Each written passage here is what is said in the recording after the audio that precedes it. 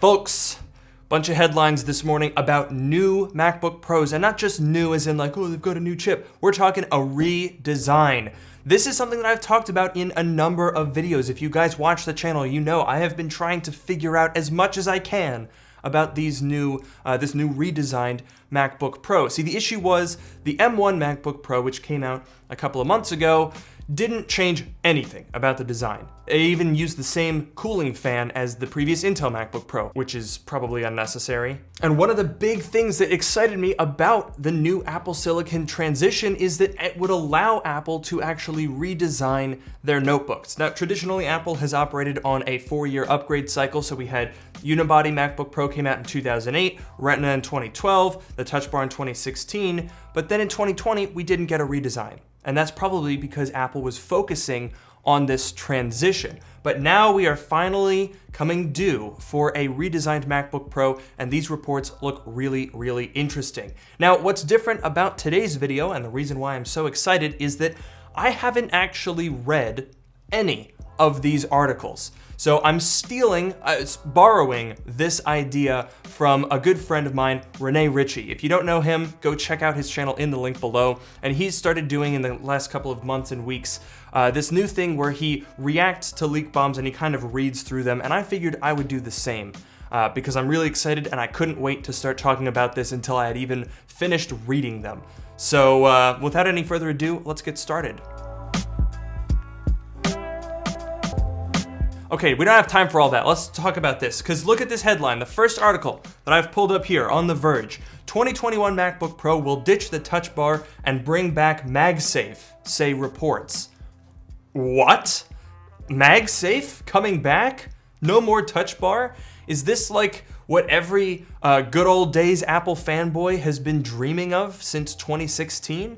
So according to Ming-Chi Kuo, there's a major MacBook Pro redesign coming in the third quarter of 2021 that will feature squared off sides like the iPad Pro and iPhone 12. But it sounds like the top and bottom panels are going to be flatter than before as well. Now this is actually really interesting because this is something that has been sort of conceptualized for a while, certainly since the 2018 iPad Pro, which has that sort of flat sides with rounded corners design, which I think would actually go quite well on a MacBook. Now, since the Retina MacBook Pro in 2012, Apple has been using this very slight taper across the top and bottom of the device, and then they've got flat, sharp edges. And basically, it just makes it look thinner to the eye because the edges appear thinner than the actual thickness of the device.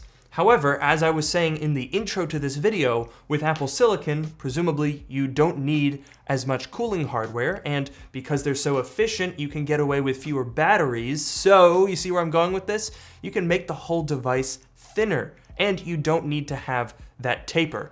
So I think that essentially the iPad Pro design language would look really good on a 14-inch MacBook Pro. Obviously, it would have to be a little bit thicker, otherwise it would be like, you know, a sheet of paper, but I don't know, let's read on. So this new generation will reportedly come in 14-inch and 16-inch sizes with Apple-designed ARM processors. That's sort of what you would expect at this point. There were some reports last year saying that there were going to be Intel versions of the 16-inch MacBook Pro released alongside the Apple Silicon. I never really thought that that made a whole lot of sense. So I think it would make more sense for Apple to just kind of move on. So we've got a new design, we've got Apple Silicon processors, that's all great. But where it gets really, really interesting is apparently Ming-Chi Kuo says that Apple's giving up the Touch Bar, adding more ports, and bringing back MagSafe.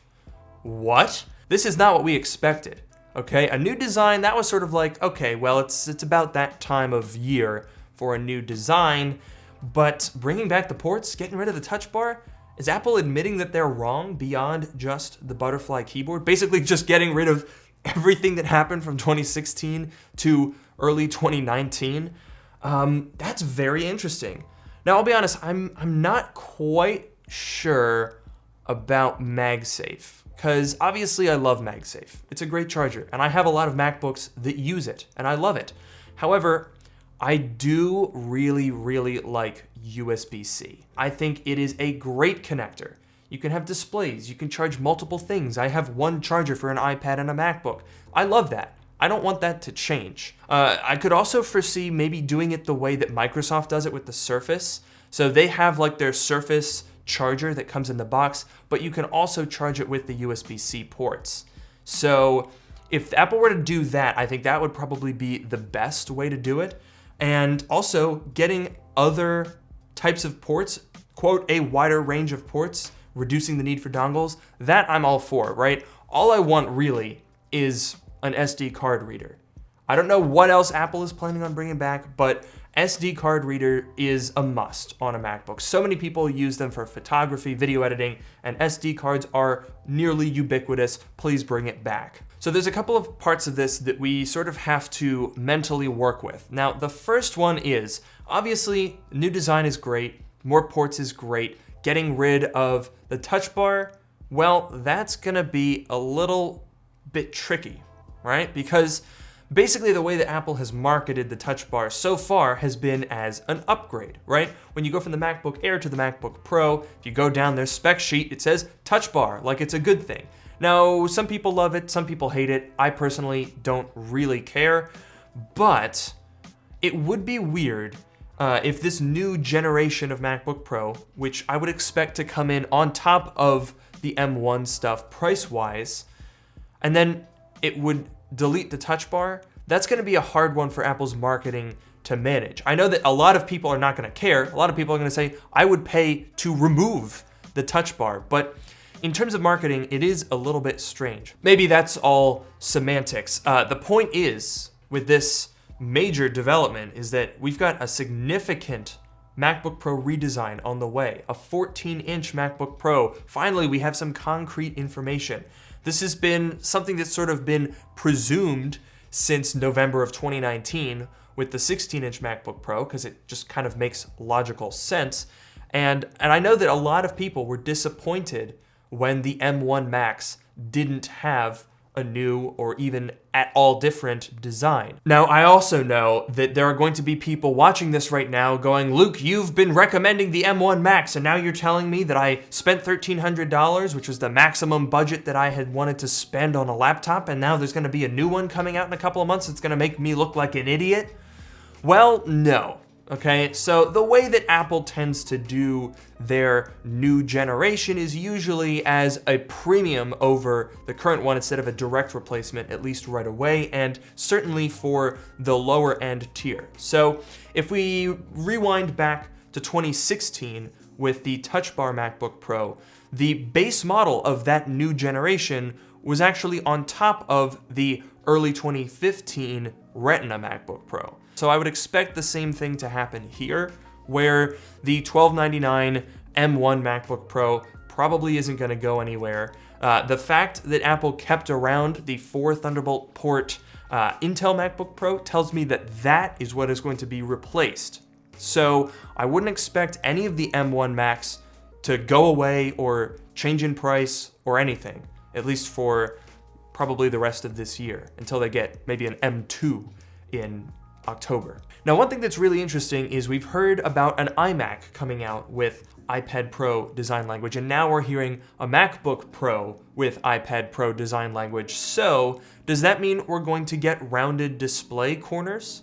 Because that's what the iPad Pro has, and apparently that's what everything's gonna look like now. So it does make you wonder, rounded corners, is that gonna be good? Is that gonna be bad? Personally, looking at, this is an 11-inch iPad Pro. Obviously, you shouldn't expect the exact same look on the front. I mean, for one, you don't need bezels this thick on a MacBook. So the reason iPads have some bezels is because, you know, you gotta hold it. But you don't have to do that with a MacBook. So I would expect thinner bezels, obviously a larger display, because this is 11 inches. So how would that translate to, like, what is the radius of the rounded corner if that is, in fact, going to be on the table?